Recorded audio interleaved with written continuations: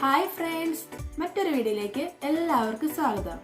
ഞാനിന്ന് തയ്യാറാക്കുന്നത് നല്ല സോഫ്റ്റ് ആയിട്ടുള്ള ഒരു ഇഡ്ഡലിയാണ്. അപ്പോൾ ഇതെങ്ങനെയാണ് ഉണ്ടാക്കുന്നത് നമുക്ക് നോക്കിയാലോ. അപ്പോൾ ഈ ഇഡ്ഡലി ഉണ്ടാക്കാൻ വേണ്ടി ഞാൻ ഇതുപോലെ ഒരു ഗ്ലാസ്സിന് 2 ഗ്ലാസ് അരി വെള്ളത്തിലിട്ട് വെച്ചിട്ടുണ്ട്. ഏകദേശം ഒരു 5 മണിക്കൂറായിട്ടുണ്ട്. അതുപോലെ തന്നെ ഈ സെയിം ഗ്ലാസ് അളവിൽ തന്നെ ഉഴുന്നും 1 ഗ്ലാസ് ഇട്ട് ഇതുപോലെ സെപ്പറേറ്റ് വെച്ചിട്ടുണ്ട്. പിന്നെ ഉഴുന്നിൻ്റെ കൂടെ ഒരു ടീസ്പൂൺ ഉലുവയും കൂടെ ചേർത്തിട്ടുണ്ട് കേട്ടോ. നന്നായിട്ട് ഒരു 5 മണിക്കൂർ കുതിർന്നിരിക്കുന്നതാണ്. ഇത് നമുക്കിനി നന്നായിട്ടൊന്ന് കഴുകിയിട്ട് നന്നായിട്ടൊന്ന് അരച്ചെടുക്കണം. ആദ്യം നമ്മൾ ഈ ഉഴുന്നാണ് അരച്ചെടുക്കുന്നത്. ഫസ്റ്റ് നമ്മൾ ഉഴുന്നും ഈ ഉലുവയും കൂടെ ഉള്ളത് നന്നായിട്ടൊന്ന് അരച്ചെടുക്കണം. അതിന് ശേഷം നമുക്ക് ഈ അരിയും കൂടെ ഒന്ന് അരച്ചെടുക്കണം. അപ്പോൾ നമ്മൾ ഉഴുന്ന് നന്നായി കഴുകി എടുത്തിട്ടുണ്ട്. നമുക്കിത് ഒരു മിക്സിയുടെ ജാറിലേക്ക് ഇട്ട് കൊടുക്കാം. ഞാൻ ഈ ഗ്ലാസ്സിന് ഒരു 1/2 ഗ്ലാസ് വെള്ളം ഒഴിച്ചത് അരച്ചെടുക്കാം. അപ്പോൾ ഉഴുന്ന് നന്നായിട്ട് അരച്ചെടുത്തിട്ടുണ്ട്. നമുക്കൊരു പാത്രത്തിലേക്ക് ഒഴിച്ചു കൊടുക്കാം.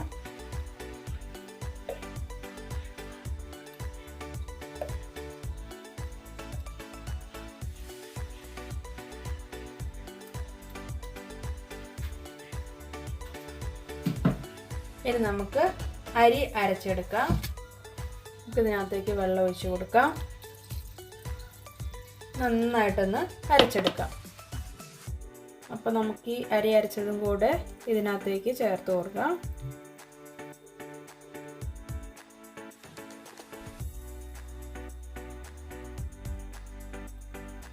ഇനി നമുക്ക് കുറച്ച് ചോറും കൂടെ അരച്ച് കൊടുക്കാം. ഞാൻ ഏകദേശം ഈ സ്പൂണിന് ഒരു 2 സ്പൂൺ ചോറ് അരച്ച് കൊടുക്കുന്നുണ്ട്. അപ്പോൾ നമ്മൾ അരച്ച ചോറും കൂടെ ഇതിൻ്റെ കൂടെ ചേർത്ത് കൊടുക്കാം.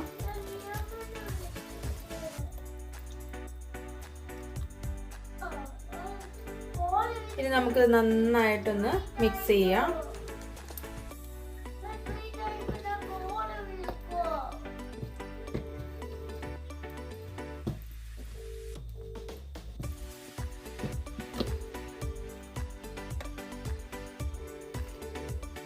നമുക്കിതിനകത്തേക്ക് കുറച്ച് ഉപ്പിട്ട് കൊടുക്കും.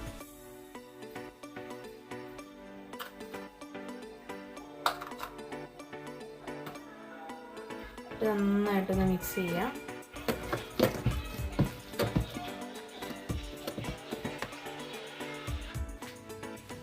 അപ്പം ഇതുപോലെ എല്ലാം നന്നായിട്ടൊന്ന് മിക്സ് ചെയ്തു. അപ്പം നമ്മുടെ ഇഡ്ഡലിക്കുള്ള മാവ് ഇവിടെ റെഡി ആയിട്ടുണ്ട്. ഏകദേശം ഈ തിക്നെസ് ഉണ്ടാവണം നമ്മുടെ മാവിന്. ഇനി നമുക്ക് ഇത് ഒരു 7 മണിക്കൂർ അല്ല 8 മണിക്കൂറോളൊന്ന് റെസ്റ്റ് ചെയ്യാൻ വേണ്ടി വെക്കാം. വൈകുന്നേരം അയക്കുന്നതിൽ ഓവർനൈറ്റ് ഫുള്ളായിട്ട് വെച്ചാൽ മതി. നമുക്കതൊന്ന് മൂടി വെച്ച് ഒരു 8 മണിക്കൂർ കഴിയുമ്പോൾ നന്നായിട്ട് പൊളിച്ച് നല്ല സെറ്റായിട്ട് വന്നിട്ടുണ്ടായിരിക്കും.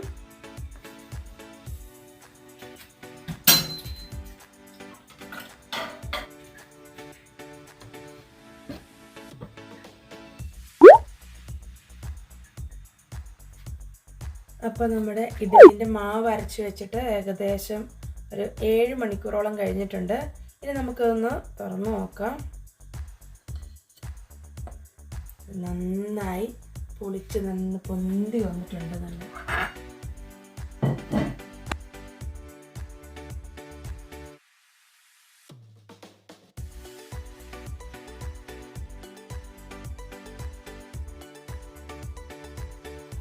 നമുക്ക് ഇഡ്ഡലി ഉണ്ടാക്കി നോക്കാം.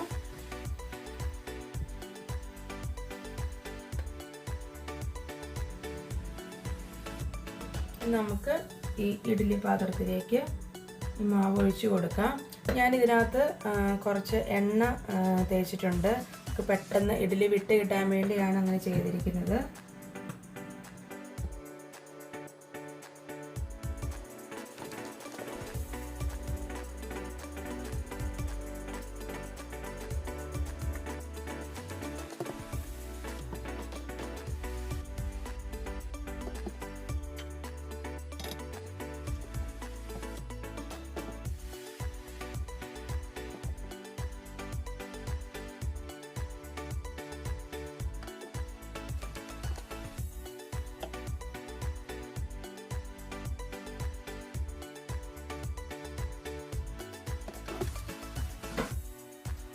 നമുക്കിത് മൂടി വെച്ച് നന്നായിട്ട് വേവിച്ചെടുക്കാം.